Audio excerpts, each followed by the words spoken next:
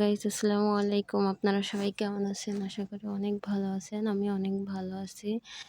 তো আমি চলে আসলাম আজকেরা শহরের দিকে কিছু কেনাকাটা করার জন্য। আমি না সাথে আমার আম্মুও আছে। দেন আমার পরিচয়টা দেওয়া হয়নি। তো আমার বাসা যশোর। কে যশোর জেলার মানুষ অবশ্যই কমেন্টে জানাবেন। আর যশোর জেলার মানুষ হয়ে থাকলে এই জায়গাটা চিনবেন। তো দেন আমি বাকি কথা পরে বলি। দেন আমি ওষুধ কিনতে চলে আসলাম একটা দোকানে আমার আম্মার জন্য।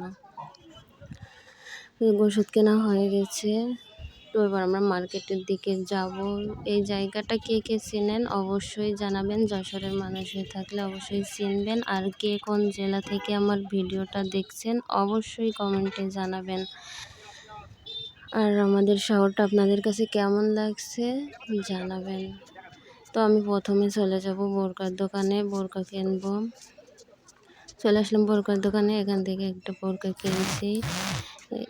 বোরকা কেনা হয়ে গেছে। তারপর আমরা একটা দোকানে যে দাঁড়াইছি, বাইরে অনেক বৃষ্টি, তো এখান থেকে আমরা কিছু নাস্তা করছি। করে এবার ওখান থেকে নাস্তা করে বেরোইছি। বাইরে অনেক বৃষ্টি, তো কাঁচা বাজারের দিকে গেছি। ওখান থেকে আম্মু কিছু কেনাকাটা করবে।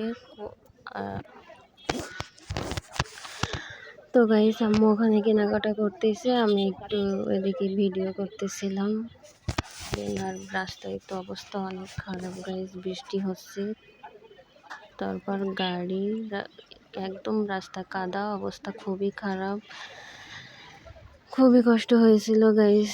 তো যাই হোক, এখান থেকে আমি কত সুন্দর সুন্দর সবজি ছবি নিচ্ছিলাম। দেন পেঁয়াজ কিনবো, এজন্য এখানে দাঁড়াইছি। এখানে পেঁয়াজগুলো খুবই সুন্দর। আম্মু বাজার করতেছে আর আমি পেঁয়াজ নেওয়া হয়ে গেছে, দেখতেছি, ভিডিও করতেছি। দেন গাইস আমাদের বাজার করা শেষ এবং এখন আমরা বাসার দিকে রওনা দেব। তো গাইস অবস্থা তো খুবই খারাপ। তারপরে গাড়ি ঘোড়া জ্যাম, হাঁটাই যাচ্ছে না, হাতে তো অনেকগুলো ব্যাগ আছে, খুবই কষ্ট হয়েছিল। তো যাই হোক, আমরা এবার বাইকে উঠছি, বাসার দিকে রওনা হব। তো এই জায়গাটা কে কে চিনেন অবশ্যই কমেন্টে জানাবেন। যশোরের মানুষ হইলে অবশ্যই চিনে থাকবেন। আর কে কোথা থেকে, কে কোন জেলা থেকে দেখছেন অবশ্যই কমেন্টে জানাবেন।